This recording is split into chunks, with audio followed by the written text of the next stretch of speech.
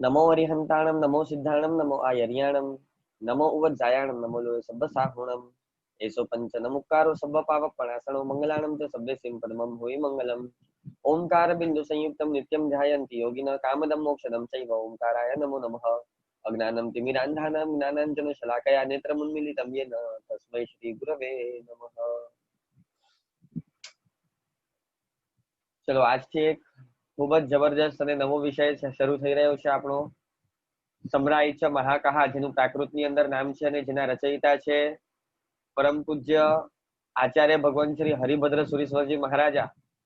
1444 ગ્રંથના રચયિતા સુરી પુરંદર યાકીની મહત્રા સુનુ શ્રી હરિભદ્ર સુરીશ્વરજી મહારાજા વિશે તમે કદાચ જાણતા હો તો બહુ જ સરસ, ન જાણતા હો તો ફક્ત ટૂંકની અંદર કહી દઉં કે પોતે જન્મે જૈન નતા ગૌતમ સ્વામીની જેમ, પરંતુ અને જીવનમાં ત્યાં સુધી નિયમ લીધેલો કે ભાઈ જીવનમાં ક્યારેક છે ને ગાંડો હાથી પાગલ થયો હોય અને દોડીને સામે આવતો હોય અને છુપાવવા માટે મને કોઈ પણ જગ્યા નહીં મળે અને ખાલી એક જ જીનેશ્વર પરમાત્માનું મંદિર હશે, એટલે કે આ જૈનોના ભગવાનનું જે મંદિર હશે ને ફક્ત એક જ જગ્યા બાકી હશે તો હું હાથીના પગની નીચે કચડાઈને મરી જવાનું પસંદ કરીશ, પણ આ જીન મંદિરમાં ક્યારે પણ પ્રવેશ નહીં કરવું, એવો જેના જીવનની અંદર નિયમ હતો। અને સાથે એક બીજો પણ નિયમ હતો કે પોતે બહુ જબરદસ્ત વિદ્વાન હતા, એમને વાદમાં પણ છે ને કોઈ હરાવી શકે એવો એ ટાઈમ ઉપર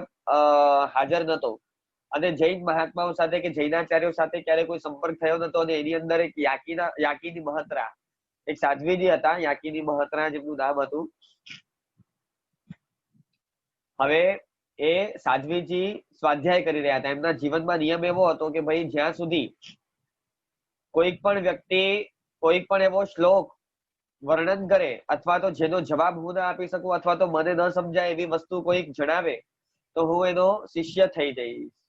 અને હકીકતમાં થયું એવું કે ભાઈ યાકીની મહત્રા પોતાના સાધ્વીજી ભગવાનના ઉપાશ્રયમાં સ્વાધ્યાય કરી રહ્યા હતા અને નીચેથી પસાર થઈ રહેલા હરિભદ્ર આ પુરોહિત કે બ્રાહ્મણ જે કંઈ પણ હતા એમને છે ને એનો અર્થ ન સમજાયો, એટલે છે ને એ ગયા સાધ્વીજી ભગવાન પાસે અને કે ભાઈ મને આનો અર્થ ખ્યાલ નથી આવ્યો અને નિયમ પ્રમાણે હવે હું તમારો શિષ્ય થવા તૈયાર છું, મને આનો અર્થ શીખવાડો। અને એ કે છે કે ભાઈ આચાર પ્રમાણે છે ને ભલે તમે મારી પાસે આવ્યા છો પણ આનો અર્થ તમને છે ને અમારા જે વડીલ અમારા સમુદાયના જે મર્યાદાઓને ધ્યાનમાં રાખીને શું કહેવાય તો કે સાધ્વીજી ભગવાન આ રીતે પુરુષને શિષ્ય નથી બનાવતા, પણ તમારે શિષ્ય થવું હોય તો અમારા જે આચાર્ય છે એ આચાર્ય પાસે જઈને એનો અર્થ શીખી અને તમે છે ને ત્યાં એમના શિષ્ય થઈ શકો છો। એટલે આ રિસેપ્ટિવિટી સાથે ગયા, ત્યાં અર્થ ભણ્યા અને પછી ત્યાં દીક્ષા પણ લીધી, શિષ્ય પણ થયા। બહુ સંક્ષિપ્તમાં કહું છું। અને પાછળથી તો જૈન ધર્મ પ્રત્યે એમને એટલો અહોભાવ અને એમને જે સદભાવ થયો છે અને એમને જૈન દર્શન વિશે જે લખ્યું છે, કયા વ્યક્તિએ કે જે જન્મથી જૈન નથી, જેને જૈન ધર્મ તમને અને મને જે રીતે વારસામાં મળ્યું છે એ રીતે વારસામાં જેમને જૈન ધર્મ મળ્યું નથી, એ વ્યક્તિએ કેટલી એમનામાં રિસેપ્ટિવિટી હશે, સત્ય શોધકતા હશે અને કેટલા ઓપન માઇન્ડેડ હશે કે ભાઈ મને જ્યાંથી પણ તત્વ મળે, જ્યાંથી પણ સત્ય મળે એ મારી સ્વીકારવાની તૈયારી છે। બરાબર છે? અહીંયાથી અગર જો મને સત્ય તત્વ મળે છે અને જૈન દર્શનના સિદ્ધાંતોનું રહસ્ય મને સમજવા મળે છે અને ખરેખર સાચા અર્થમાં સાચા છે તો પછી છે ને મારે સ્વીકારવું જોઈએ, મારે એને આરાધવું જોઈએ। અને પછી તો એમણે જે જીનેશ્વર પરમાત્માની સ્તુતિઓ કરી છે, એમણે જે સ્તવનાઓ કરી છે અને આગળ જતા જૈન ધર્મની પ્રભાવના માટે એમણે જે પુરુષાર્થો કર્યા છે, પોતાના દીકરા ભાણેજાઓ બે હંસ અને પરમહંસ એમની પણ આખી લાંબુ કથાનક છે, ક્યારેક છે ને આપણને મહાપુરુષોના જીવન ચરિત્રની અંતર્ગત સમય મળશે તો આપણે લઈશું।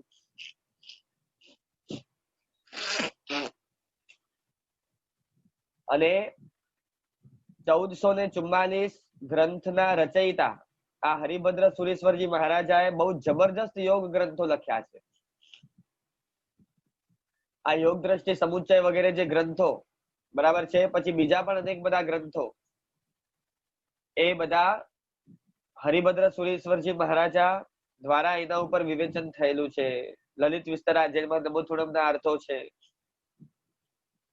એ પણ બહુ જબરજસ્ત ગ્રંથ છે, બરાબર છે. પંચસૂત્ર છે, એના ઉપર પણ ભલે એના રચયિતા ઓરિજિનલ ચિરંતનાચાર્ય જે પણ હશે ઈ પણ વિવેચન આખું હરિભદ્ર સુરીજીએ કર્યું છે. એટલે આ હરિભદ્ર સુરેશ્વરજી મહારાજા કે જેમણે છે તે બહુ જબરજસ્ત યોગ ગ્રંથો ને બહુ જ ઊંડા ઊંડા ગ્રંથો ઉપર વિવેચન કર્યું છે, ગ્રંથોની રચના કરી છે, એવા હરિભદ્ર સુરેશ્વરજી મહારાજાએ કથાનકની અંદર લગભગ અમુક જ કથાઓ લખી છે, જેમાંથી અત્યારે એમાંથી ઓછી અમુક અવેલેબલ છે, અને એમાંની એક છે આ સમરાદિત્ય મહાકથા.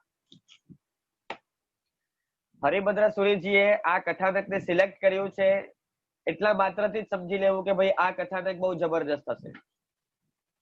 કારણ કે હરિભદ્ર સુરેશ્વરજી મહારાજાના જે સિલેક્ટેડ ટોપિક છે એ એટલા બધા અઘરા, એટલા બધા તાત્વિક, એટલા બધા માર્મિક અને બધા જ કર્મગ્રંથિક અને યોગ ગ્રંથના રહસ્યોથી ભરપૂર હોય છે. એમાં હું તો એને કેટલો ન્યાય આપી શકીશ એ શું કહેવાય તો કે જ્ઞાની જાણે. બાકી એમના ગ્રંથો ઉપર અગર જો વિવેચન ચાલુ કરીએ તો વર્ષોના વર્ષો વીતી જાય. એટલું બહુ જ સંક્ષિપ્તમાં બહુ જ ઘણું બધું વિવેચન કરી શકે એવા ધુરંધર પૂર્વાચાર્ય થઈ ગયા છે આ જૈન સંઘના એક રત્ન રૂપે. અને વળી પાછો એમાં એક વિશેષતા એ કહી દઉં કે આ જે કથાનક છે આખું, જે ગુણસેન અને અગ્નિશર્માના નામથી ચાલુ થાય છે અને છેલ્લે ગુણસેન નો અંતિમ ભાવ હોય છે સમરાદિત્ય કેવલી, પોતે કેવલી અવસ્થામાં છે ને બધી વાત કરે છે. આ આખા 9 ભવો જે છે આમાંની એક એક ઘટના ભરત ક્ષેત્રની નથી. આ ઘટના આખી બનેલી ક્યાં છે ભાઈ? આ ઘટના બની છે મહાવીર ક્ષેત્રમાં.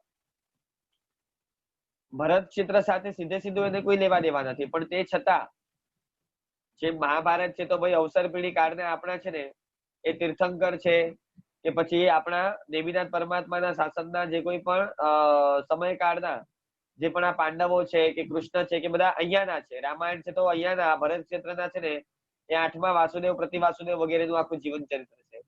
આ ક્ષેત્ર સાથે સંલગ્ન આખી કથાઓ છે. આ કથાનકનું ભરત ક્ષેત્ર સાથે કોઈ લેવા દેવા નથી.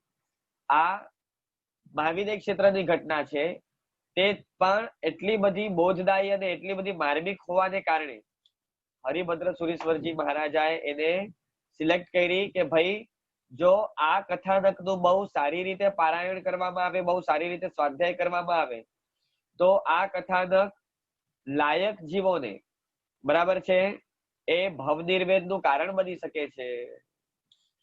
ખ્યાલ આવે છે હું શું કહું છું? ભવનિર્વેદનું કારણ બની શકે છે. અને ભવનિર્વેદ તો બહુ જ મહત્વની વસ્તુ છે. કથાનકોની અંદર હંમેશા છે ને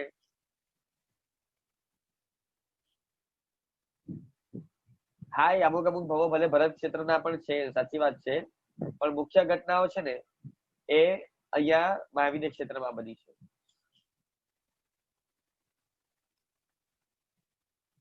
હા, એટલે આપણી વાત એ હતી કે કથાનકો છે ને અહીંયા શરૂઆતમાં એમને ઓપનિંગમાં છે ને ઘણી બધી પૂર્વ ભૂમિકાઓ નું વર્ણન છે. એ પૂર્વ ભૂમિકાઓમાંથી ઘણું બધું હું સ્કીપ કરું છું, નહીં તો ઘણા બધા લોકોને એમ કંટાળો આવશે કે ભાઈ અઠવાડિયું નીકળી ગયો, હજી છે ને ગુણસેન અને અગ્નિશર્માની સ્ટોરી તો સ્ટાર્ટ જ નથી થઈ. બાકી કથાનકોના પ્રકાર આપ્યા છે શરૂઆતમાં કે અર્થ કથા છે, પછી કામ કથા છે, બરાબર છે, પછી હજી એક કથા હતી હું ભૂલી ગયો, સંકીર્ણ કથા લગભગ, અને પછી છે ને એ ધર્મ કથા. આ 4 પ્રકારની કથાઓ છે. અને એમાં કયા પ્રકારના કઈ વૃત્તિવાળા જીવોને કઈ કથાઓ પસંદ પડે એનું વર્ણન છે આખું.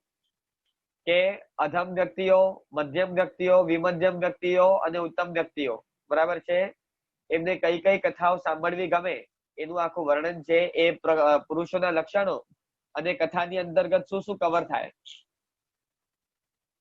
બરાબર છે, અર્થ કથાઓ, કામ કથાઓ, સંકીર્ણ કથાઓ અને ધર્મ કથાઓ, એની અંદર કયા કયા વિષયો કવર થાય. હવે આપણે પણ છે ને જયારે આ કથાનક કરીએ છીએ ત્યારે એની અંતર્ગત ઘણી બધી વાતો આવશે, ઘણા બધા રસ આવશે. આપણે ત્યાં 9 પ્રકારના રસ કયા છે તમને કદાચ ખ્યાલ હોય તો. હાસ્ય રસ છે, બરાબર છે, વૈરાગ્ય રસ છે, શાંત રસ છે, ગંભીર રસ છે, શૌર્ય રસ છે, બરાબર છે, મહાભારત સાંભળી અને એમાં કર્ણ અર્જુન નું યુદ્ધ આવે એટલે બધાને શૌર્ય રસ આખું પીરસાતું હોય. પછી જે વર્ણન કરનાર હોય એના વર્ણન ઉપર વધારે ડિપેન્ડ કરે છે. મહારાણા પ્રતાપની સ્ટોરી કહીએ એટલે શૌર્ય રસ વર્ધક છે આખી. પછી ક્યાંક કોમેડી હોય તો હાસ્ય રસ વાળી છે, ક્યાંક શૃંગાર રસ, બરાબર છે, કે જેમાં શોભા વગેરેનું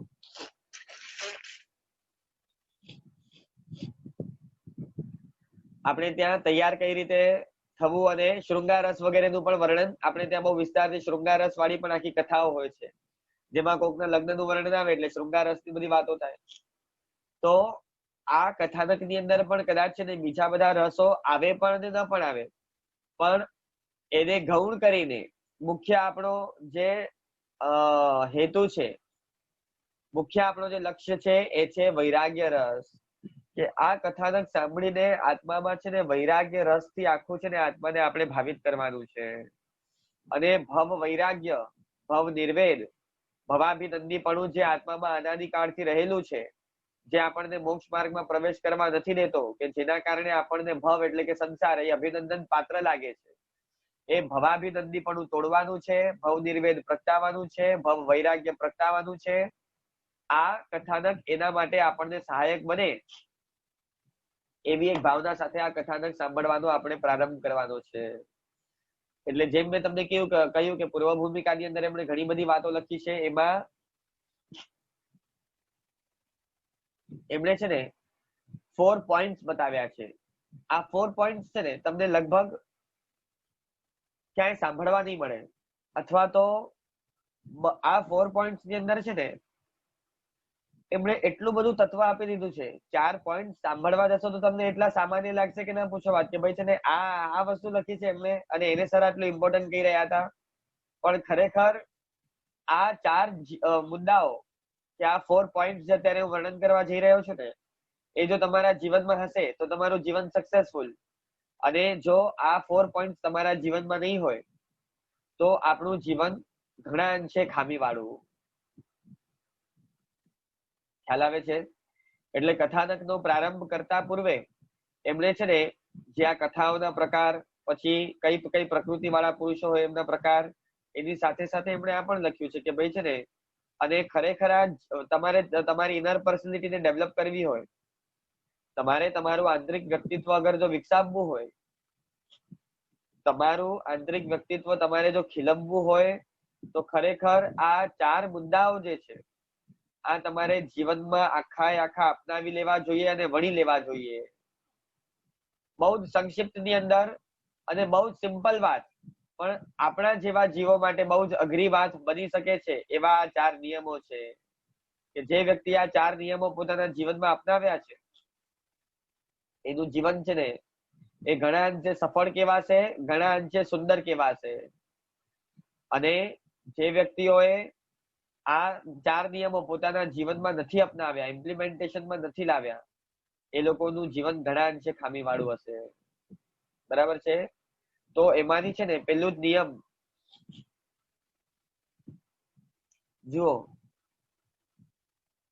પેલા જ નિયમમાં એ શું કહેવા માંગે છે કે જીવનમાં જાણવા જેવું અને સમજવા જેવું હોય, બહુ ધ્યાનથી સાંભળજો, જીવનમાં જાણવા જેવું હોય અને સમજવા જેવું હોય એ જ સાંભળવું, એના સિવાયનું બાકી બધું ડ્રોપ કરવું. એટલે એના સિવાયનું બીજું કઈ સાંભળવું નહીં. અને જો કોઈ સાંભળે, બરાબર છે, તો એ મૂર્ખાઈ છે. જો કોઈ એ સાંભળે તો એ મૂર્ખાઈ છે.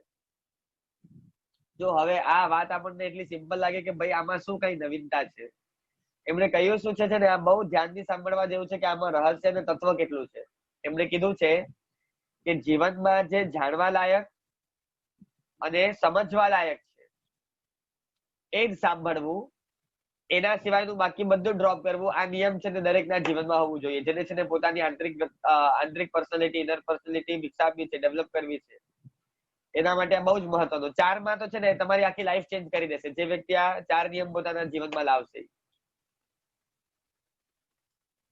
બોલો, હવે છે ને મારે તમને પૂછવું છે કે આપણે આજ દિવસ સુધીમાં ક્યારે વિચાર્યું ખરું ભાઈ કે જીવનમાં ખરેખર જાણવા લાયક શું છે? જીવનમાં ખરેખર સમજવા લાયક શું છે એનો પેલા નિર્ણય કરીએ તો પછી નક્કી કરીએ કે ભાઈ શું સાંભળવા જેવું ને શું કાઢવા જેવું. હે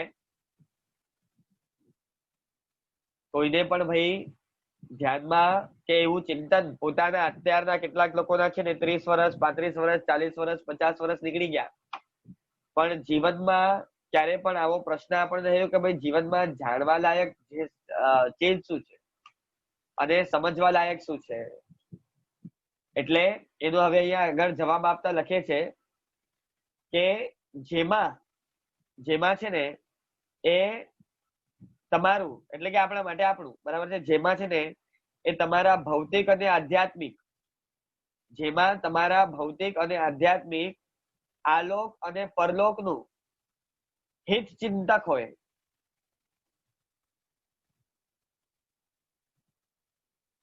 માત્ર એટલી જ વસ્તુ છે ને એ સાંભળવા લાયક છે, એના સિવાય બીજું કંઈ પણ સાંભળવા લાયક નથી. શું કે છે? આમ તો બહુ લાંબુ વિવેચન છે, પણ હું બહુ સંક્ષિપ્તમાં એને શોર્ટમાં કરીને છે ને આપણે 1-2 દિવસમાં એકદમ મેઇન સ્ટોરીનો જે પાર્ટ છે સ્ટાર્ટ કરવાના છીએ. એટલે એમણે શું કીધું છે કે જે તમારા જીવનમાં ભૌતિક અને આધ્યાત્મિક દ્રષ્ટિએ અને આલોક અને પરલોકની દ્રષ્ટિએ હિતકારક હોય, બરાબર છે કે હિત ચિંતક હોય, એવી જ માત્ર વાત જે છે એ સાંભળવા લાયક છે અને એના સિવાય બીજું કંઈ પણ સાંભળવા જેવું નથી. અને એ વાત એકદમ સ્પષ્ટ છે. તમે વિચાર કરો તમારા જીવનમાં પણ છે ને જે બંને 4 વસ્તુ એમણે કહી દીધી, તમે અગર જો બરાબર મારી વાત સાંભળી હોય તો. ભૌતિક દ્રષ્ટિએ હિતકારી અને આધ્યાત્મિક દ્રષ્ટિએ હિતકારી. ત્રીજા નંબરમાં આલોકની દ્રષ્ટિએ હિતકારી અને પરલોકની દ્રષ્ટિએ હિતકારી. એટલે આ લોકની અંદર પણ વર્તમાન લોકની અંદર વર્તમાન ભવની અંદર પણ છે ને તમને ભૌતિક દ્રષ્ટિએ અને આધ્યાત્મિક દ્રષ્ટિએ શું શું વસ્તુ હિતકારી બની શકે છે, કઈ કઈ વસ્તુ તમને છે ને હિતકારી બની શકે છે, બરાબર છે. અને એ સંબંધની કોઈ પણ વાત હોય તો સાંભળવાની. અને પરલોકની અંદર પણ આ ભાવ છોડીને પરલોકમાં પણ તમને છે ને ભૌતિક દ્રષ્ટિએ અને આધ્યાત્મિક દ્રષ્ટિએ કઈ કઈ વસ્તુ છે ને હિતકારી બની શકે છે અને કઈ રીતે હિતકારી બની શકે છે, એટલી માત્ર વાતો સાંભળવાની. એના સિવાય છે ને એ બીજી કોઈ પણ વાત સાંભળવા લાયક નથી.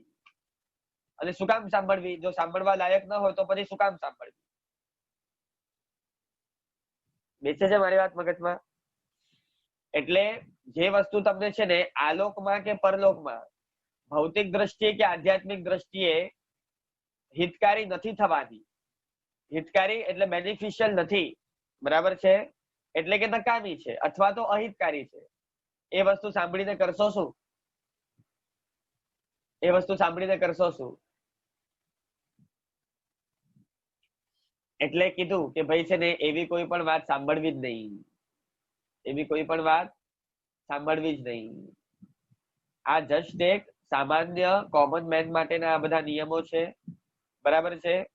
જેમ જેમ ઊંચી ભૂમિકામાં વ્યક્તિઓ જાય એટલે નિયમો બદલાય, પણ અત્યારે આપણા જેવા જીવો માટે છે ને એક પર્સનાલિટી ડેવલપમેન્ટ માટે આ નિયમો 4 બહુ જ મહત્વના છે.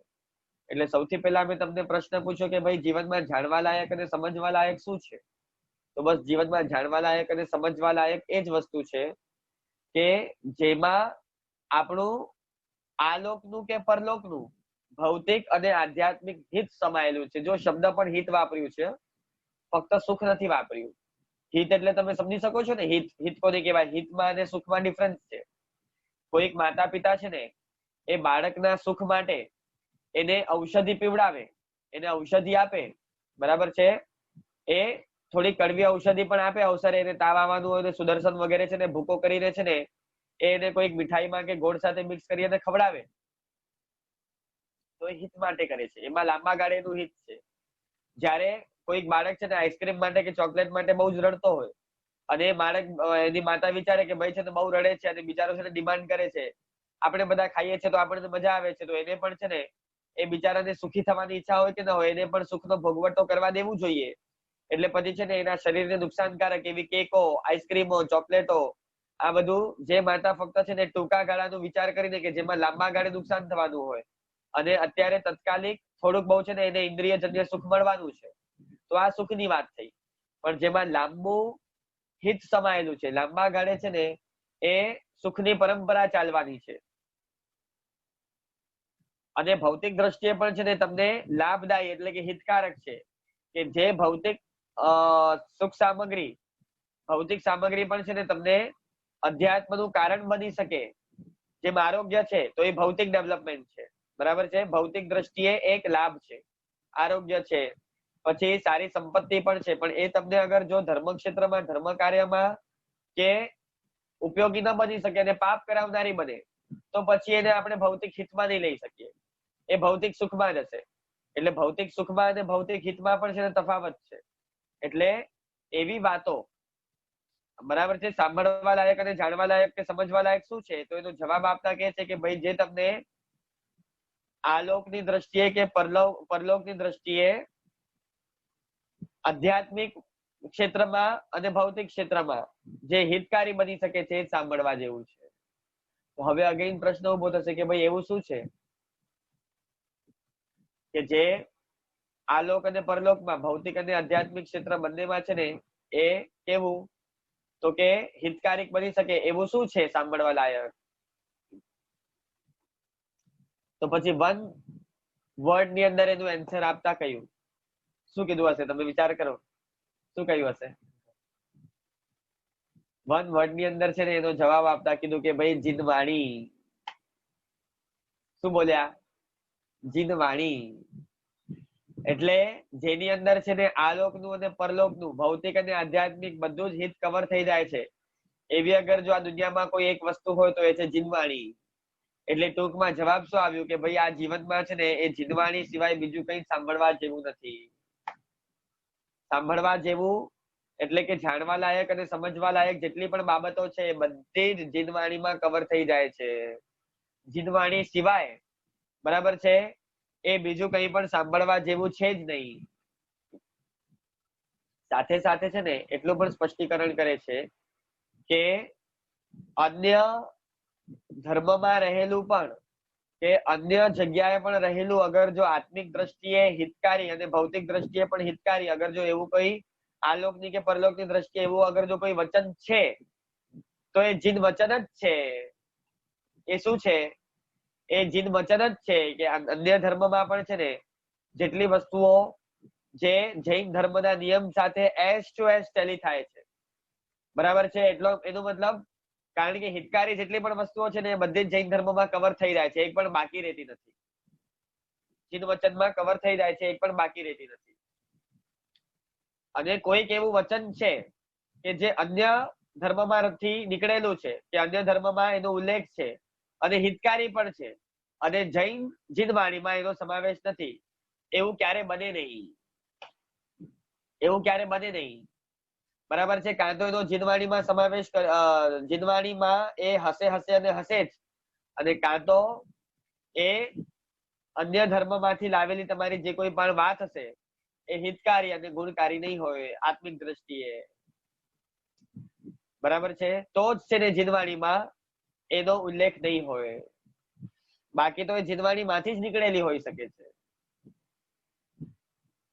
ખ્યાલ આવે છે? એટલે અન્ય ધર્મમાં પણ છે ને એ જેટલા સુંદર સારા આધ્યાત્મિક દ્રષ્ટિએ પણ હિતકારી વચનો છે એ બધા જીનવાણી રૂપ જ છે, એ બધા જીનવાણી રૂપ જ છે. એટલે આ જગતમાં સાંભળવા જેવું શું? તો શાસ્ત્રકાર ભગવંતો કે છે કે જીનવાણી જ સાંભળવા લાયક છે, એના સિવાય કંઈ પણ સાંભળવા જેવું નથી, બરાબર છે. હવે સાંભળવા જેવું એટલે કઈ દ્રષ્ટિએ?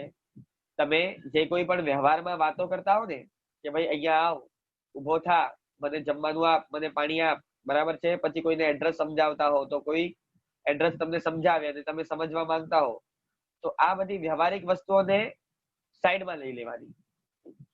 આ બધું વ્યવહારિક દ્રષ્ટિએ જે ચાલતું હોય એ ભલે છે ને તમે બોલો અને તમે શું કહેવાય તો કે સાંભળો સામા વ્યક્તિની વાત, એમાં કઈ વાંધો નથી, પણ બરાબર કાન દઈને સાંભળવામાં. જેમ કે છે ને હવે તમે વિચાર કરો, આ નિયમ પ્રમાણે તમે જીવવા જાઓ તો કેટલી વસ્તુઓ તમારા જીવનમાંથી નીકળી જશે?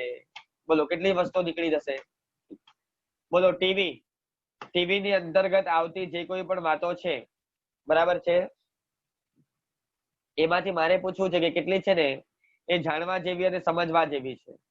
હવે તમે એપ્લાય કરો આ નિયમ છે ને, જે મેં તમને કીધું, ટીવીમાં બતાવાતી જેટલી પણ વાતો છે એમાંથી કેટલી વસ્તુ એવી છે કે જે તમારા જીવનમાં છે ને એ આલોકની અને પરલોકની દ્રષ્ટિએ, ભૌતિક દ્રષ્ટિએ અને આધ્યાત્મિક દ્રષ્ટિએ હિતકારી છે? બોલો. પછી તમે લોકો જે છાપાઓ વાંચો છો, તમે લોકો જે મેગેઝિનો વાંચો છો, બરાબર છે, કે અન્ય જે કોઈ પણ નોવેલ્સ વગેરે વાંચતા હો છો, બરાબર છે, કે ઘણા લોકો આમ જોવા જઈએ તો સર્ફિંગ કરીને નકામી ઇન્ફોર્મેશન કે જે તમને આ ભાવમાં કે પરભાવમાં કોઈ કામ નથી આવવાનું, એટલું બધું જનરલ નોલેજ, અને જેને જનરલ નોલેજ કહેવાય નહીં, પણ ક્યાં કઈ વસ્તુઓ જે તમને છે ને એ આ ભાવમાં, તમારા પ્રોફેશનમાં, તમારી રૂટીન લાઈફસ્ટાઈલમાં, તમારી ડેલી લાઈફસ્ટાઈલમાં તમને કોઈ જગ્યાએ કામ આવવાની નથી. ખ્યાલ આવે છે હું શું કહું છું? એવી ઇન્ફોર્મેશન કલેક્ટ કરીને એ શું મળવાનું છે તમને, એ શું લાભ થવાનું છે?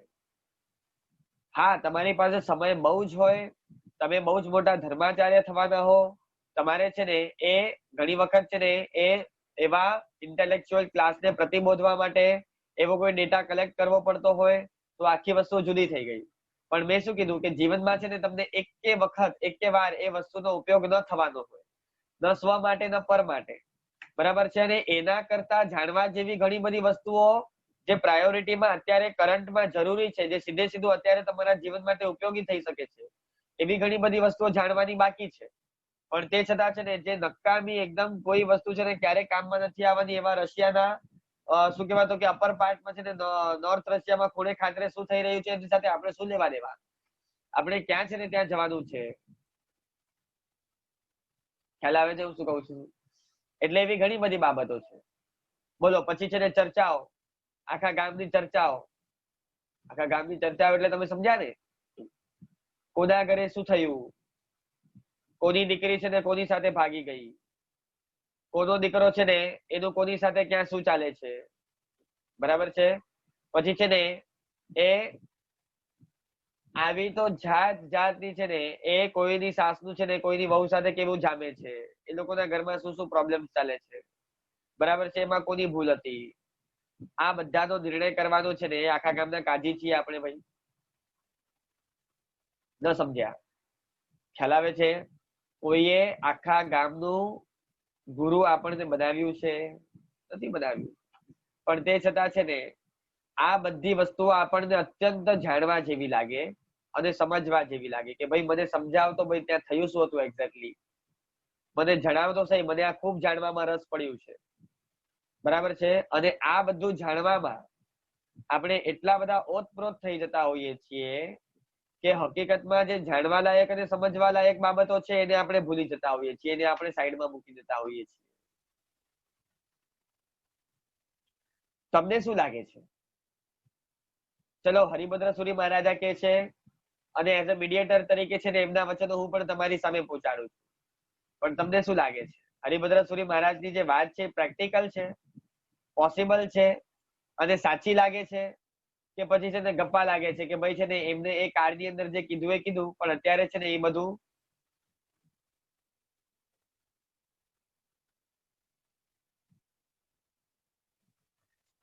પ્રેક્ટિકલ નથી, એમને સમજી વિચારીને કેવું જોઈએ, બરાબર છે?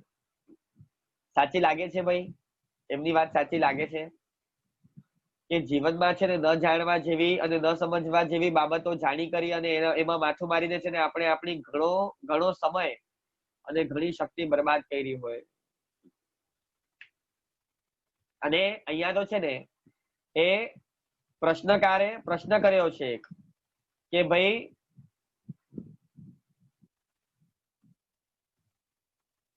જીનવાણીમાં છે ને કોઈક એવી વસ્તુ કે જે છે ને જીનવાણીમાં કવર ન થતી હોય અને અમારે બહારથી શીખવા જવું પડે, તો સામે એમણે જ કાઉન્ટર ક્વેશ્ચન કર્યું છે કે ભાઈ એવી કઈ વસ્તુ છે કે જે જીનવાણીમાં કવર નથી થતી?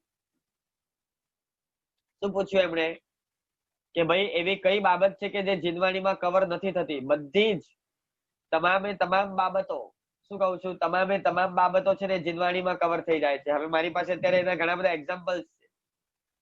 જે વ્યક્તિ ફક્ત અને ફક્ત જીનેશ્વર પરમાત્માના શાસનના શાસ્ત્રો બરાબર ભણે, શું કહું છું, એ તત્વની અંદર તો એક્સપર્ટાઇઝ મેળવી જ લે, એની સાથે સાથે સંસારિક જેટલા પણ વિષયો છે, શું કહું છું, જેમ કે આખું પોલિટિક્સ છે, ઇકોનોમિક્સ છે, બરાબર છે, વ્યાપાર કઈ રીતે કરવો,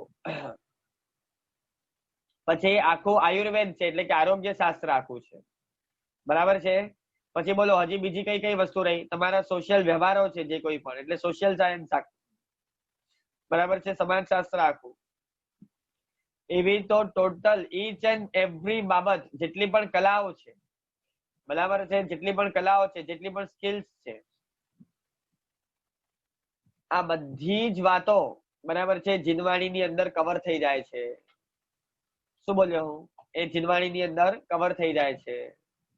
એટલે સાંભળવા લાયક. પછી છે ને તમે લોકો જીનવાણી એટલે શું, તો કે ખાલી છે ને વ્યાખ્યાનમાં જાઓ, બરાબર છે, ક્યાંક, અને ખાલી એટલું જ સાંભળી આવો કે ભાઈ છે ને રાત્રિ ભોજન કરવા જેવું નથી, કાંડા બટેટા ખાવા જેવા નથી, અને દર્શન પૂજા સામાયિક કરવા જેવું છે, બરાબર છે, એટલું જ તમે સાંભળતા હો કે પછી 5 પ્રતિક્રમણ થઈ ગયા અને છે ને સૂત્રો ગોખવા, એને જ જો તમે છે ને ખાલી ધર્મનું જ્ઞાન સમજતા હો, તો હજી હું તો કહીશ કે તમે કુવાના દેડકા સુધી પણ નથી પહોંચ્યા. આ તો કઈ જ નથી. શું કહું છું?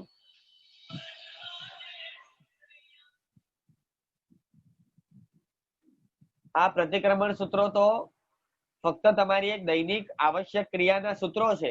એ પણ કઈ તો કે પ્રતિક્રમણ સૂત્રો છે, ધેટ્સ ઓલ. તમારી જીવનની છે ને એ બીજી ઘણી સદાવશ્યકમય આરાધના છે ને એમાંથી એક આવશ્યક છે પ્રતિક્રમણ.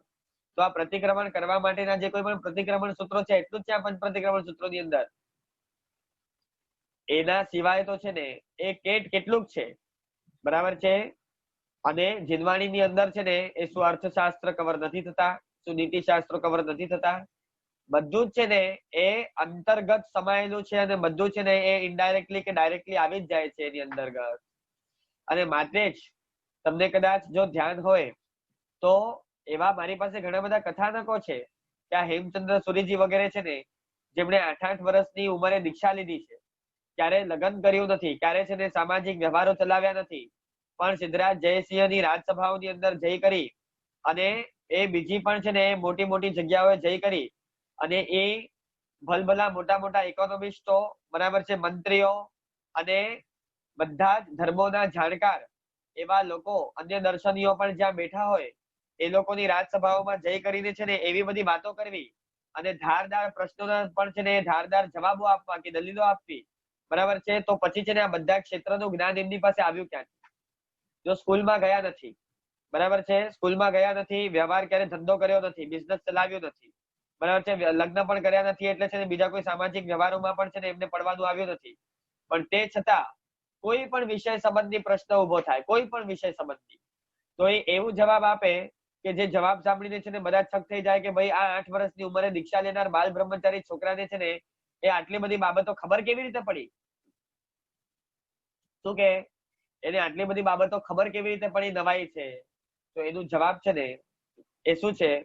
તો એનું જવાબ આ જીન વચન જ છે, કારણ કે જીન વચન ની અંદર છે ને એ ઘણી બધી વસ્તુઓ કવર થઈ જાય છે.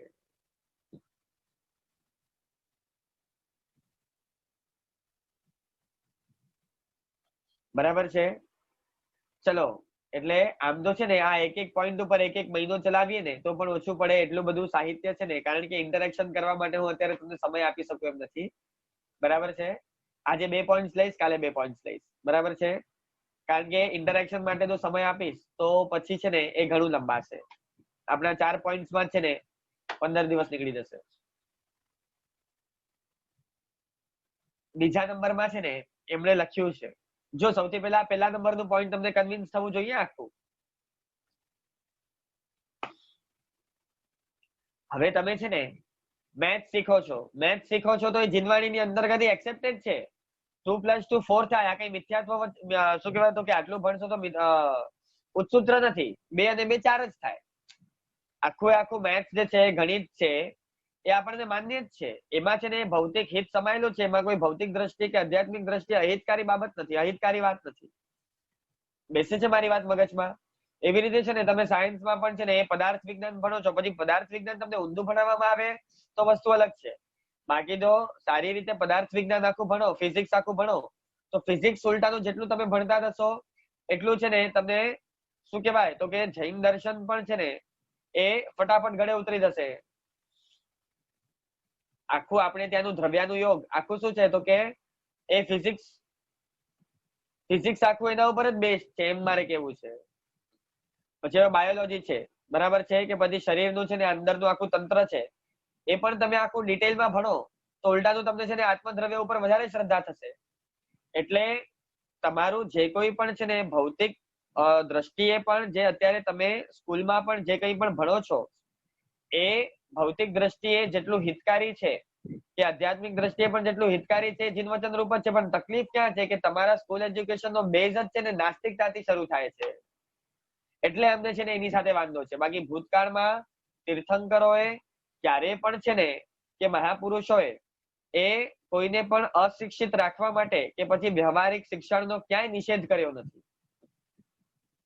કલાઓ ન શીખવાડવી છોકરાઓને, અભણ રાખવું, વ્યવહારિક દ્રષ્ટિએ છે ને એ કોઈ પણ શિક્ષણ ના આપવું, સ્કૂલનું શિક્ષણ ના આપવું. સ્કૂલ એટલે સ્કૂલ શબ્દ તો હમણાં આવ્યો છે, આપણે ત્યાં વ્યવહારિક શિક્ષણ આ શબ્દ વપરાતો, બરાબર છે. વ્યવહારિક શિક્ષણ, બરાબર છે, ધંધાકીય અર્થ પુરુષાર્થનું જ્ઞાન કે કામ પુરુષાર્થનું જ્ઞાન કે કોઈ પણ આ બાબતનું છે ને શિક્ષણ ન આપવું, આરોગ્યનું શિક્ષણ ન આપવું, એવું ક્યાંય તીર્થંકરોએ કહ્યું નથી. ઉલટાનું છે ને ઋષભદેવ ભગવાને જ છે ને આ બધી 72 કલાઓ શીખવાડી છે. શું ખાવું, શું ન ખાવું, કઈ રીતે ખાવું, સદરસ પૂર્વક છે ને ભોજન ગ્રહણ કરવું, બરાબર છે, કઈ વસ્તુ છે ને શરીર માટે હાનિકારક છે, કઈ ફાયદાકારક છે, આ બધી ગૃહસ્થ અવસ્થામાં એમણે બાબતો શીખવાડી છે. અને જો આ બધી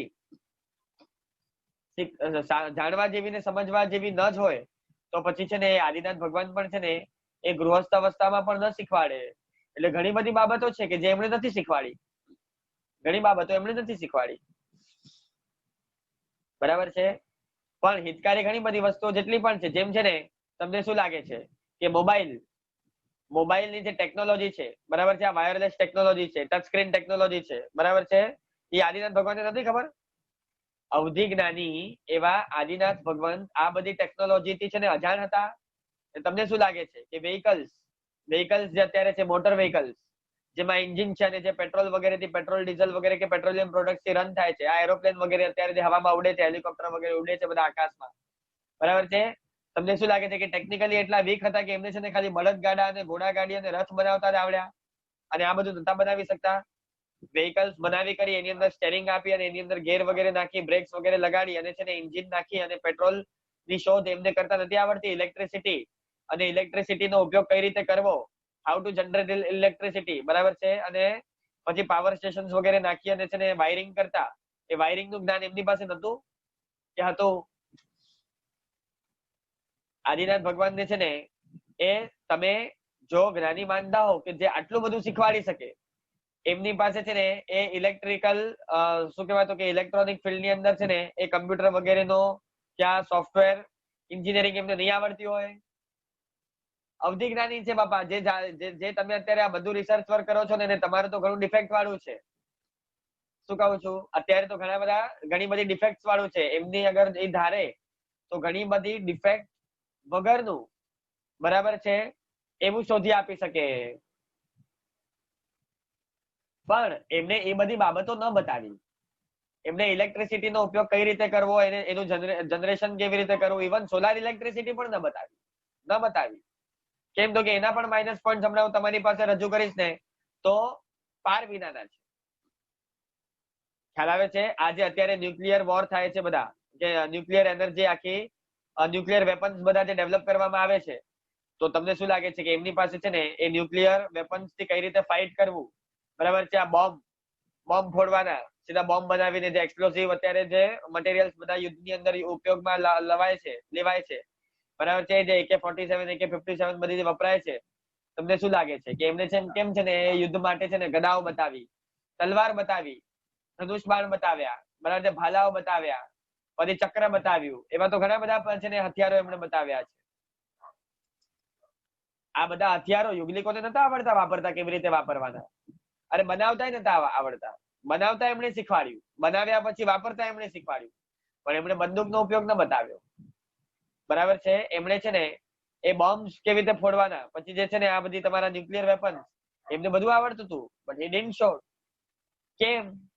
કારણ કે ભૌતિક દ્રષ્ટિએ પણ છે ને એ હિતકારી જેટલું પણ છે, અને આલોક અને પરલૌકિક દ્રષ્ટિએ એ બધું એમણે બતાવ્યું છે, પણ અહિતકારી બાબતો એમણે નથી બતાવી. અત્યારના કંઈક વધુ ભણેલા લોકો હશે, ભલે એમ બોલતા હશે કે ભાઈ છે ને એ ઘોડા ગાડી વાપરવામાં પાપ વધારે છે, કારણ કે તમે ઘોડાને કેટલી પીડા આપો છો. બરાબર છે. હવે એવા લોકો સાથે ક્યારેક ચર્ચા કરવાનો અવસર આવશે તો આપણે ખુલ્લેઆમ કરશું. બરાબર છે. કે પછી હિસાબ કરશું કે છે ને એ હિંસા ઘોડા ગાડીમાં વધારે છે કે તમારી બધી મર્સિડીઝ, BMW ને પેલી 4 બંગડી વાળી ગાડીઓમાં વધારે છે. બરાબર છે. જેનો તમને બધાને બહુ ક્રેઝ છે. એટલે અત્યારે આખું વિષયાંતર થઈ જશે, માટે એને હું ટચ નથી કરતો.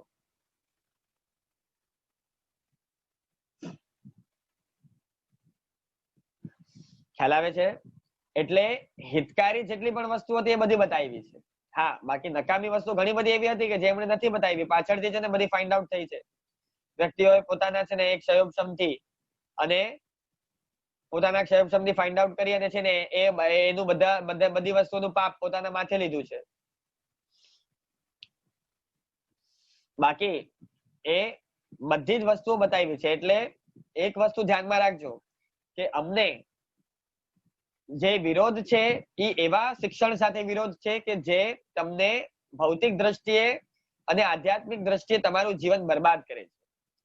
બાકી સારું શિક્ષણ, બરાબર છે, સારી કલાઓ, પછી સારી બાબતોમાં તમે શિક્ષિત થાવ, એમાં ક્યારે પણ કોઈ મહાપુરુષોએ, શાસ્ત્રોએ, ભગવાને, બરાબર છે, ક્યારે પણ એનો ગૃહસ્થો માટે નિષેધ કર્યો નથી. અરે ઉલટાનું લખ્યું, આચાર્ય બધા છે. આચાર્ય કોણ બને? તો કે જે બધી રીતે કલા સંપન્ન હોય એને આચાર્ય બનાવવાનું. શું કહું છું? બધી રીતે કલા સંપન્ન હોય. આપણે ત્યાં જે ઊંડા જયારે તમે આગળના શાસ્ત્રો ભણશો તો એની અંદર બધી વાતો આવશે, તો એની અંદર લખ્યું છે કે આપણે ત્યાં કોઈ ઉપાધ્યાય બધી રીતે કલા સંપન્ન હોય.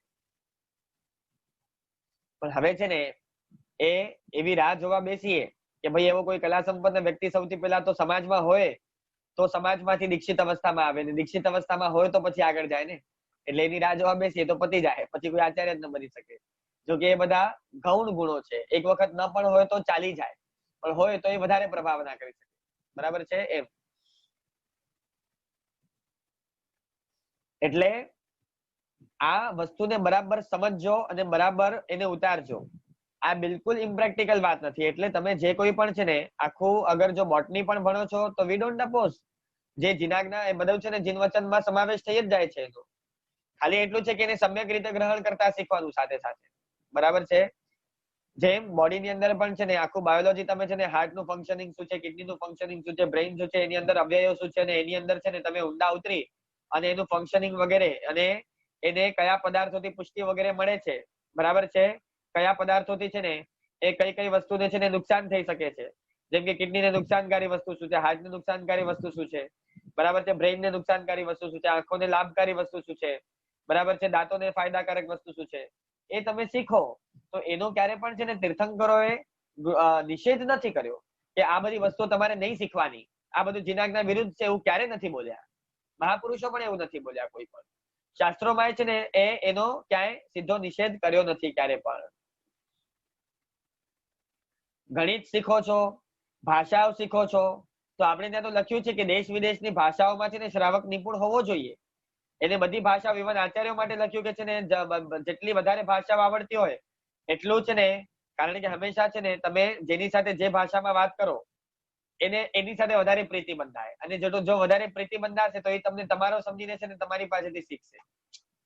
ખ્યાલ આવે છે હું શું કહું છું? એટલે આચાર્યો માટે પણ લખ્યું કે તમે સાઉથમાં જાઓ તો તમને સાઉથની ભાષા આવડતી હોય, બરાબર છે, અથવા તો એમને જે ભાષા અનુકૂળ આવતી હોય એ ભાષામાં તમે વ્યાખ્યાન આપો તો ત્યાંની પ્રજા વધારે એને ગ્રહણ કરશે. અત્યારે ભાષાઓ માટે ઝઘડા ઝઘડી ચાલુ જ છે ને ભાઈ. એ શું કહેવાય તો કે અમારી ભાષા, બરાબર છે, ભાષાઓ માટે સાઉથના સ્ટેટ હોય કે પછી આપણું મહારાષ્ટ્ર હોય, એવી પોલિટિકલ પાર્ટીઝ પણ છે કે જે ભાષાઓ માટે ઘણો આગ્રહ રાખે છે, અને એ રહેવાનું જ, હંમેશા રહેવાનું, એમાં કોઈ વાંધો નથી. એટલે આજે તમે મહારાષ્ટ્રના ગામડાઓમાં જઈને છે ને તમે લોકો એમને છે ને ગુજરાતીમાં શિક્ષાઓ આપશો કે શું કહેવાય તો કે હિન્દીમાં આપશો તો એ લોકો ઓછું પસંદ કરશે, પણ એની જગ્યાએ એ જ તત્વો તમે જો એમને મરાઠી ભાષામાં શીખવાડશો તો એમને લાગશે કે ના ના આ તો આપણા જ માણસ છે, આપલા માણસ છે, બરાબર છે. કે પછી છે ને એ શું કહેવાય તો કે એને થોડીક છે ને એ નિકટતા વધશે એ ભાષાના કારણે. એટલે તમે ભાષાઓ શીખો એનો વિરોધ નથી, બરાબર છે.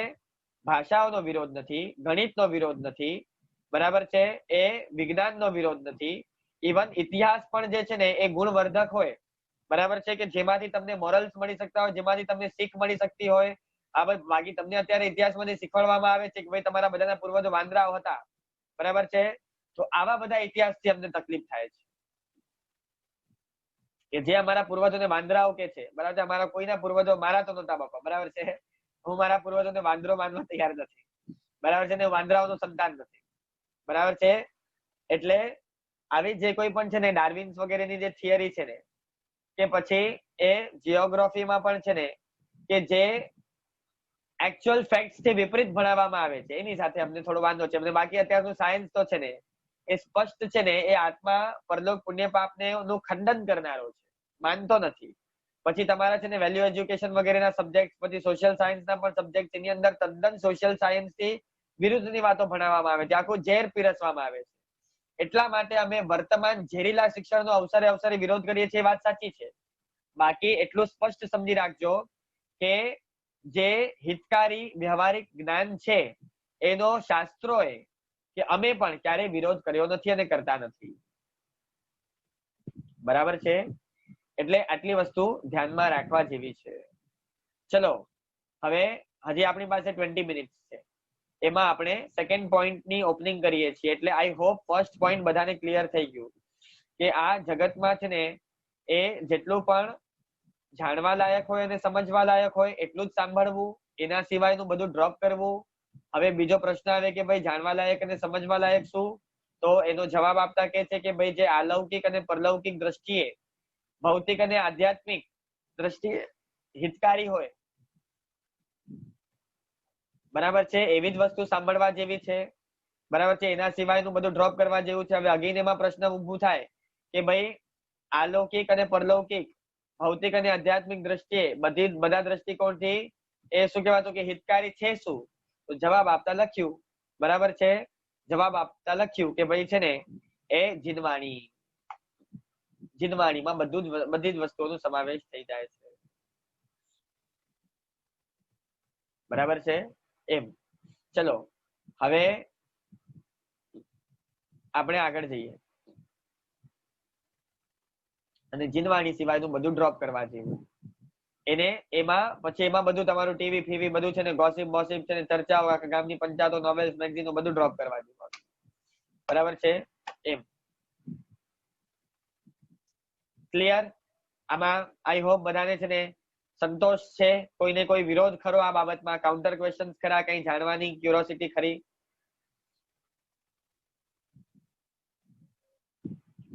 કે જો કઈ હોય તો આપણે એના જવાબો આપીશું, બરાબર છે. નહીં તો હવે આપણે સેકન્ડ પોઈન્ટ તરફ આગળ વધીએ છીએ. ચલો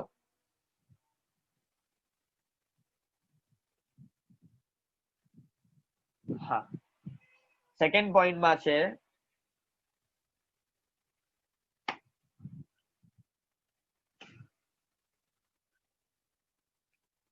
બોલવાની શક્તિ મળી છે. જો ધ્યાનથી સાંભળજો, એ કહે છે હરિભદ્ર સુરી મહારાજા કે બોલવાની શક્તિ મળી છે તો ગમે ત્યારે, બોલવાની શક્તિ મળી છે તો ગમે ત્યારે ગમે તેને ગમે તે બોલવું નહીં, બરાબર છે. તો બોલવું શું? બરાબર છે.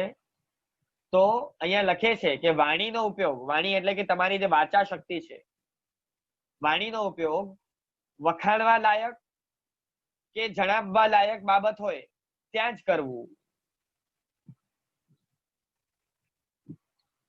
જુઓ, એ કે છે કે ભાઈ બોલવાની શક્તિ સૌથી પહેલા તો આ જગતની અંદર છે ને ઘણા બધા જીવોને મળી જ નથી,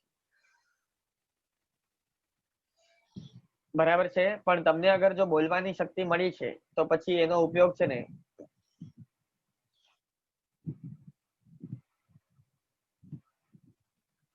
એ એનો ઉપયોગ ગમે ત્યારે ગમે તે બોલવામાં છે ને એનો ઉપયોગ કરવો નહીં. પણ એનો ઉપયોગ શેમાં કરવો? તો કે જે વખાણવા લાયક બાબત હોય ત્યાં વખાણવા માટે તમારી આ વાચા શક્તિ છે, તમારી વાણી છે, એનો ઉપયોગ અવશ્ય કરવો. બરાબર છે. પછી એ એક તો વખાણવા લાયક અને બીજી જણાવવા લાયક. જણાવવા જેવી બાબત હોય, હવે આમાં છે ને બહુ મોટો વિસ્તાર થઈ જશે કે સૌથી પહેલા તો જણાવવા જેવી બાબત શું છે ભાઈ આ દુનિયામાં? તમે બેસિકલી જે કોઈ પણ તમારા ઘરમાં જણાવવા માટે છે ને કોઈ પણ વાત કરતા હો, માની લો કે ભાઈ છે ને હવે દૂધ ગરમ થઈ ગયું છે, ભાઈ ગેસ બંધ કર. આ જણાવવા લાયક જે કંઈ પણ તમારું એકદમ સામાન્ય રૂટીન એક વ્યવહાર હોય, એ બધી બાબતો માટે જો તમારે એ શું કહેવાય તો કે વાચા શક્તિનો ઉપયોગ કરતા હો તો એમાં બહુ કંઈ ઓબ્જેક્શન લીધું નથી. કારણ કે એ વ્યવહારના એક રૂટીન માટે છે ને સાધુઓ પણ ઉપયોગ કરે છે, તમને પણ છે ને એનો ઉપયોગ કરો તો શું વાત હતી મારી? હા, એટલે કે એ બધી સામાન્ય બાબતમાં છે ને જો જણાવવા જેવી કોઈ પણ બાબત હોય તો એમાં તમે જણાવો તો વાંધો નથી. બરાબર છે. પણ આ સૌથી પહેલા એક લાઈન છે ને, આ બધા પોઈન્ટ તમે લખી લેજો, તમારા જીવન માટે આ બહુ ઉપયોગી થશે. જો આમાંથી તમારા જીવનમાંથી છે ને તમે લોકપ્રિય એટલા બધા થઈ જશો અને તમારા જીવનમાંથી છે ને ઘણા બધા દૂષણો નીકળી જશે, ઘણા બધા ખોટા ક્લેશ, કંકાસ, ઝઘડાઓ તમારા જીવનમાંથી નીકળી જશે. બરાબર છે કે જે વખાણવા લાયક વસ્તુ છે અને જે જણાવવા લાયક વસ્તુ છે એના માટે જ વખાણવા લાયક અને જણાવવા લાયક બાબત માટે જ છે ને એ વાણીનો ઉપયોગ કરવો, એના સિવાય આ વાણીનો ઉપયોગ કરવો નહીં. આ બહુ જ મહત્વની વસ્તુ છે વાણી એટલે. બરાબર છે. એમ હવે છે ને સૌથી પહેલા તો નક્કી કરો કે ભાઈ બોલવું શા માટે, બોલવાની જરૂર શા માટે પડે? બસ જીભ મળી છે અને બોલવા માટે છે ને પૈસા તો લાગતા નથી, ચાર્જિંગ કરવું પડતું નથી, ઇલેક્ટ્રિસિટીનો પણ ઉપયોગ થતો નથી, ફ્રી ઓફ કોસ્ટ. બરાબર છે, બોલી શકાય છે. એટલે ગમે ત્યારે ગમે તેને ગમે તે વસ્તુ બોલ બોલ બોલ બોલ બોલ બોલ બોલ બોલ બોલ બોલ કર્યા જ રાખવાથી. બરાબર છે. અને વળી પાછું ગમે તે બોલવાથી, ગમે તેને બોલવાથી, ગમે ત્યારે બોલવાથી. બરાબર છે. અયોગ્ય વ્યક્તિને છે ને એ યોગ્ય વાત કહેવાની પણ મનાઈ છે, કારણ કે વ્યક્તિ અયોગ્ય છે. શું કહું છું? વ્યક્તિ અયોગ્ય છે એને તમે યોગ્ય વાત કહેશો તો પણ છે ને એનો શું કહેવાતો કે તમારા ઉપર જ આવી પડશે ઉલટાનું. એટલે સૌથી પહેલા તો નક્કી કરો કે ભાઈ જીવનમાં બોલવું શા માટે, તમારે બોલવાની જરૂર શા માટે પડે છે. મેં તમને કીધું ને કે તમારા રૂટીન કાર્ય માટે છે ને સૌથી પહેલા તો અજ્ઞાનતા છે, એના કારણે બોલવું પડે છે કે સામેવાળો વ્યક્તિ જ્ઞાની નથી, અજ્ઞાની છે. અને કારણ કે કેવલીઓ આપસમાં વિચરતા હોય ને ત્યારે એ લોકો આપસમાં વાતો કરે પણ મોઢેના વચનનો ઉપયોગ કરે જ નહીં. ઓલા છે ને એમને કંઈક મેસેજ આપવો હોય તો એ મેસેજ આપી પણ દે, ઓલા સમજી પણ જાય, કારણ કે કેવલ જ્ઞાની છે એટલે એમને ખબર છે કે ભાઈ શું કરવું છે. એટલે બધા જ્ઞાનીઓ ભેગા થાય તો બોલવાની જરૂર પડે જ નહીં. પણ બધા આપણી સોસાયટીમાં આપણા સહવર્તીઓ આપણે જેની સાથે રહીએ છીએ અને આપણે સ્વયં પોતે પણ એ અજ્ઞાનના કારણે છે ને આપણને વચન શક્તિનો ઉપયોગ કરવો પડે છે કે ભાઈ સામે વાળા વ્યક્તિને કોઈક વસ્તુ ખબર નથી તો પછી છે ને આપણે અવસરે એને કેવું જોઈએ કે ભાઈ છે ને આ વસ્તુ કર. પણ આ બોલવામાં જોખમ બહુ છે, કારણ કે છે ને લોકોને સાંભળવું ગમતું નથી. સાચી વસ્તુ પણ કે સારી વસ્તુ પણ છે ને સાંભળવી ગમતી નથી. એટલે સૌથી પહેલા તો બોલવું તમારે શા માટે છે નક્કી કરવાનું, કારણ કે આપણે ત્યાં છે ને લખ્યું છે બોલવું કે લખવું. વાણીથી અને લેખનથી તમને કદાચ ધ્યાનમાં હોય તો મોટા મોટા સામ્રાજ્યો આખા પલટાવી શકાય છે. શું બોલ્યો? મોટા મોટા સામ્રાજ્યો વાણીથી અને લેખનથી, કારણ કે જે બોલી ન શકે એ પોતાના વચન લિપિ તરીકે રિટન ફોર્મમાં લખીને આફ્ટર ઓલ પોતાની વાણીનો ઉપયોગ જ કરે છે. બરાબર છે. એટલે એને શું કર્યું છે કે વિધાઉટ અક્ષરો પણ શું છે એને અક્ષરોનો આકાર આપી એને ભાષાના માધ્યમથી એટલે સાઉન્ડના ફોર્મમાં નહીં પણ એને લિપિના ફોર્મમાં છે ને એ પોતાની ભાષાનો ઉપયોગ કરી અને સામેવાળાને કોઈક વસ્તુ જણાવી છે, એ કોઈક વસ્તુના વખાણ કર્યા છે. એટલે વાણીથી અને લેખનથી તો મોટા મોટા સામ્રાજ્યો આખા પલટાવી શકાય છે અને એનો સૌથી બેસ્ટ એક્ઝામ્પલ છે આપણું ભારત.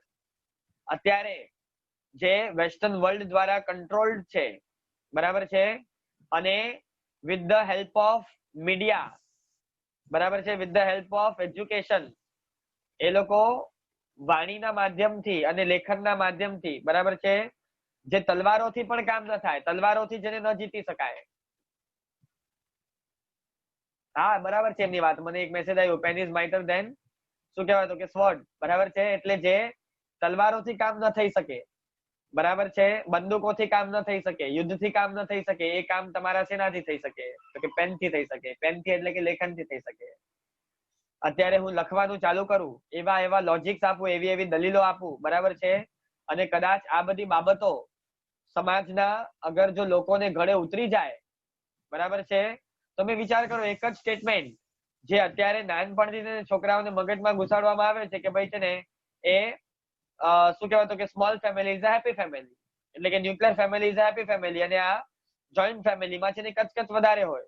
તો નાનપણથી જ બાળક વિચારો છે ને, હજી તો સિનિયર જુનિયર એ લોકોને ખબર છે કે મોટાઓને ન શીખવાડાય. નાનપણથી જ શીખવાડશો ને, સિનિયર જુનિયર ફર્સ્ટ સેકન્ડ થી શીખવાડશો ને આ બધી બાબતો, તો એને મગજમાં બેસી જશે. બરાબર છે. વડીલો એ કાકા કાકીઓના છોકરાઓ એ જેટલા વધારે હોય તો ઘરમાં ઝઘડાઓ થાય, કંકાસ થાય, ક્લેશ થાય. અને એ લોકો એવા એક બે એક્ઝામ્પલ સેટ કરે તમને.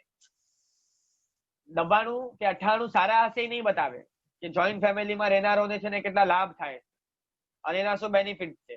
પણ એકલ લોકલ એક બે જે જોઈન્ટ ફેમિલીમાં પ્રોબ્લેમ થઈ હશે, મહાભારતનું એક્ઝામ્પલ લેશે, બરાબર છે, ને કહેશે કે જો જોઈન્ટ ફેમિલી હતી ને, આટલા બધા લોકો હતા ને, તો પ્રોપર્ટી માટે ફાઇટ થઈ, આના માટે ફાઇટ થઈ. તો જોઈન્ટ ફેમિલી એ નુકસાનકારી છે, સંકલેશકારી છે, અને small family is a happy family. આ એક વસ્તુ છે ને, તમે બાળકોને, આખી પ્રજાને એક સાથે તમારા આખા એજ્યુકેશન સિલેબસ ની અંદર આ એક સૂત્ર નાખી દો અને હોશે છે ને તમે તમારા છોકરાઓને ભણવા માટે મોકલો અને એ લોકો ભણાવે. હવે એ આખી 20 વર્ષ પછી એ જનરેશન જ્યારે છે ને એ યંગ થશે, યુથ થશે અને પોતાની ફેમિલી વસાવવા માટે મહેનત કરશે. એટલે 20 વર્ષ માટે છે ને તમે આ એક સૂત્રથી આખા સમાજની કાયા પલટ કરી નાખી, બધા પરિવારોને તોડી નાખ્યા, ટુકડે ટુકડા કરી નાખ્યા. મા બાપો અલગ થઈ ગયા, ભાઈ બહેન અલગ થઈ ગયા, ભાઈ ભાઈ અલગ થઈ ગયા, બરાબર છે, કાકા કાકીઓ સાથે રહેવું નથી, બરાબર છે. એટલે જેટલી ન્યુક્લિયર ફેમિલી એટલી વધારે સારી.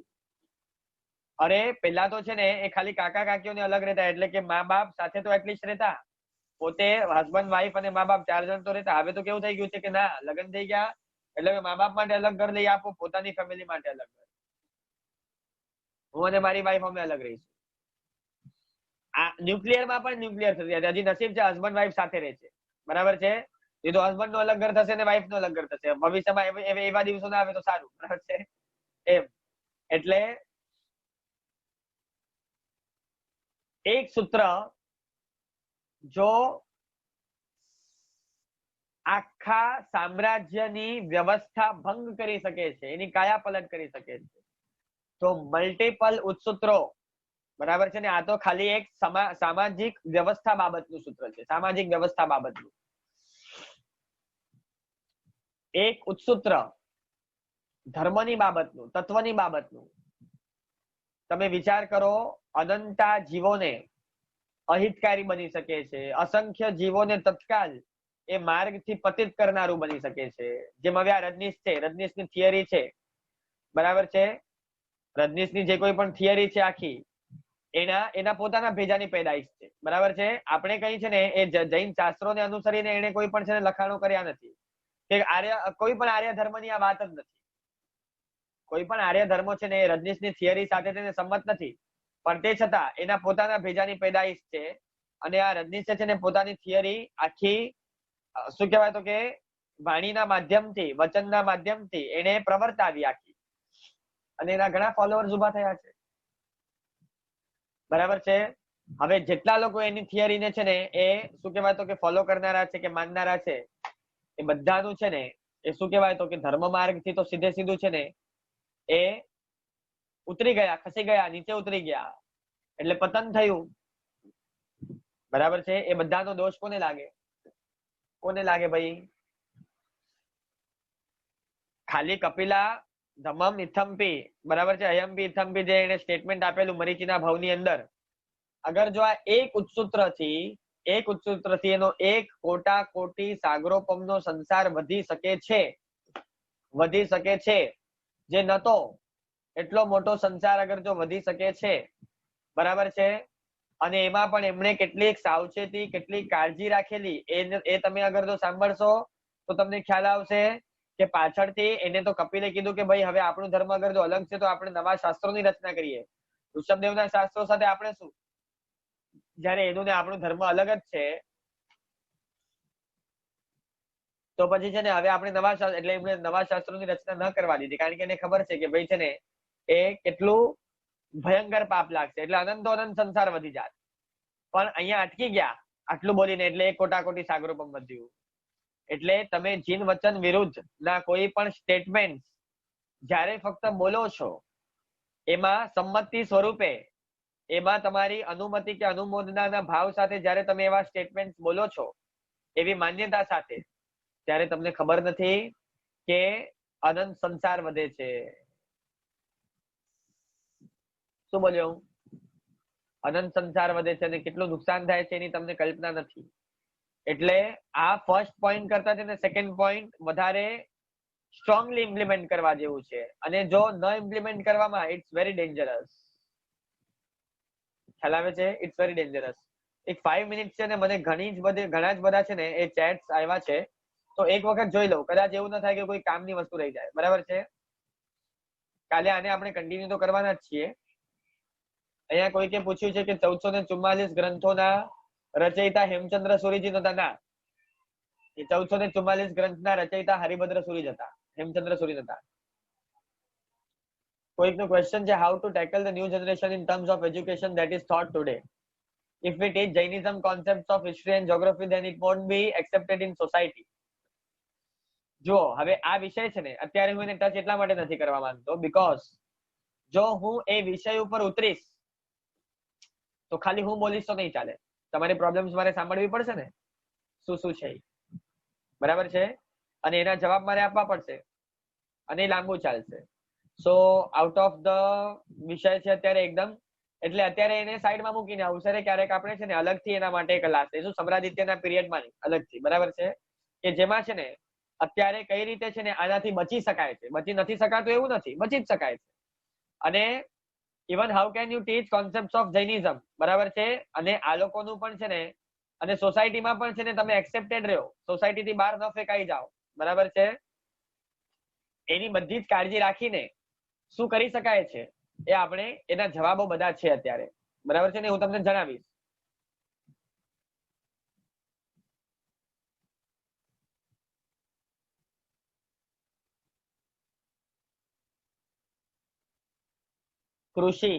કૃષિ આદિનાથ દાદાએ શીખવી, પણ વ્યાખ્યાનમાં આપણે સાંભળીએ છીએ કે પૃથ્વીકાયની હિંસા ન કરવી.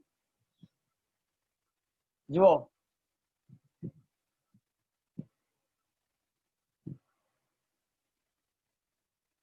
તમે એક વસ્તુ સમજી રાખો કે કૃષિ છે ને, કૃષિ આદિનાથ ભગવંતે શીખવી, પણ વ્યાખ્યાનમાં આપણે સાંભળીએ છીએ કે પૃથ્વીકાયની હિંસા ન કરવી. તો અગ્નિકાયની હિંસા નથી જ કરવાની. બરાબર છે? વાયુકાયની હિંસા નથી જ કરવાની, અને વનસ્પતિકાયની હિંસા નથી જ કરવાની. પણ એક વસ્તુ સમજી રાખો કે જે વ્યક્તિ છ કાય જીવોની હિંસા છોડી શકે, બરાબર છે, અને નિષ્પાપ જીવન જીવી શકે, એ તો સૌથી બેસ્ટ છે, સૌથી બેસ્ટ છે. પણ જે વ્યક્તિ આ છ કાય જીવોની હિંસાથી તત્કાલ વિરમી શકતો નથી, બરાબર છે, એના માટે મને તમે કઈક અલ્ટરનેટિવ ઓપ્શન બતાવો. શું કરવું બોલો? આખી મનુષ્ય જાતિને આપણે વિચ્છેદ કરી નાખવી છે, કારણ કે બાળક જન્મ છે, તમે એને ખવડાવવા પીવડાવવાની ના પાડ, કારણ કે હવે એ જન્મ છે એટલે ફીડિંગ પર હશે. એને ફીડિંગ ક્યારે મળશે? જ્યારે એની માં કઈ ખાશે તો. એની માં શું ખાય? એની માં શું ખાય મને કયો? તમે અગર જો છે ને કૃષિની ના પાડશો, બરાબર છે, ખેતીવાડીની ના પાડશો, જો પાપ તો લાગવાનું જ છે, એમાં તો બે મત નથી. બરાબર છે? પણ હંમેશા મોટા નુકસાનથી બચવા માટે નાનું નુકસાન એ કરવું પડે. બરાબર છે? મોટા લાભ માટે થોડુંક નુકસાન કરવું પડે, તો હંમેશા મોટા લાભને છે ને એ ધ્યાનમાં રાખીને નાનું નુકસાન કરવાનું હોય. તમે અગર જો ખેતી નહીં શીખવાડો, બરાબર છે, પછી છે ને તમે રાંધવાની પદ્ધતિ નહીં બતાવો, બરાબર છે, તો કાચું ખાશે તો છે ને બધાના હેલ્થ બગડી જશે, બધાની હેલ્થ બગડી જશે એટલે છે ને બધા આકુળ વ્યાકુળ રહેશે, આખી જનરેશન સાફ થઈ જશે. ભવિષ્યમાં બધાના ફિઝિકલ સ્ટ્રક્ચર અગર જો ખરાબ થઈ જશે તો આવનાર શું કહેવાય તો કે જનરેશનો પણ એવી જ થશે. પછી માતા પિતાઓ પણ છે ને બાળકને સાચવી નહીં શકે, પોતે જ બરાબર ખાતા પીતા ન હોય, કાચું અનાજ પચશે નહીં, એટલે રાંધતા શીખવવું જ પડે. અને પછી ભૂખ લાગશે, પછી છે ને છેલ્લે શું કરશે તો કે જનાવરોને મારીને ખાશે. કાગડાઓ કબૂતરો પકડી પકડીને કે છે ને ગાય ભેંસ આદિ છે ને એ મારી અને છે ને કાચું માંસ ખાવાનું ચાલુ કરશે. ભૂખ છે ને અંદરમાં બહુ લાગશે તો માણસોને ખાવાનું ચાલુ કરશે. શું કહું છું? અને આ બધું ચાલુ કરશે જ, કારણ કે જે લોકો બધા છે ને છ કાયના જીવોને અભયદાન આપીને સાધુ નહીં થઈ શકે, અને સાધુઓને પણ છે ને એ શું કહેવાય તો કે જે અનશન કરી અને ઉપવાસ નહીં કરી શકે, બરાબર છે, એ લોકોને ગોચરી ક્યાંથી મળશે? અને જે સંસારીઓ છે એ લોકોને તો જયારે ભૂખ પીડશે, બરાબર છે, તો એ લોકો તો છે ને આ બધી વસ્તુ કરશે. પછી ભૂખની પીડાથી બધું કરશે, માણસોને ખાશે, જનાવરોને ખાશે, અને આવી આખી પ્રજા જનાવર થઈ જાય એના કરતા સભ્ય સમાજ હશે તો એના લાભ ઘણા છે. આ લોકો એક જણે મને લખ્યું છે કે ભાઈ છે ને એ જૈન કોન્સેપ્ટ, એમણે લખ્યું છે કે Jain concepts are contradictory in today's materialistic society, hence children ask such question. બરાબર છે, એવું નથી, તમને એવું લાગે છે એવું નથી. પછી કોકે પૂછ્યું છે સમ્રાટ ચરિત્ર ક્યારથી ચાલુ થશે? બસ 2 ક્લાસમાં. મને આ ન લેવા હોય પોઈન્ટ છે, મને કઈ વાંધો નથી, હું ડાયરેક્ટ સ્ટોરી ચાલુ કરી દઈશ. આ તો હરિભદ્ર સુરીજીએ છે ને શરૂઆત કરી છે ખાલી, એમાં 4 પોઈન્ટ લખ્યા છે પર્સનાલિટી ડેવલપમેન્ટ માટે. એટલે કે જે વ્યક્તિ આ 4 પોઈન્ટ્સને જીવનમાં અપનાવી અને કથાનક સાંભળશે એને વધારે શું કહેવાય તો કે લાભદાયી બનશે.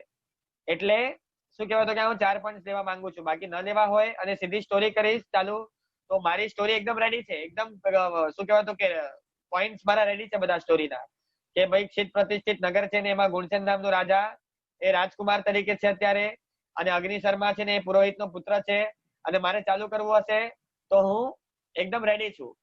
એટલે કોઈકને એવું લાગતું હોય કે ઓવર થઈ રહ્યું છે અને આપણે વિષયાંતરમાં ઘૂસી ગયા છીએ, તો એટલે જ છે ને મેં ઘણા બધા પોઈન્ટ સ્કીપ કર્યા છે. કથાઓના પ્રકારો એમણે બધા સ્ટાર્ટિંગમાં આપ્યા છે કે આપણે ત્યાં કેટલા પ્રકારની કથાઓ છે, એ બધું મેં સ્કીપ કર્યું છે.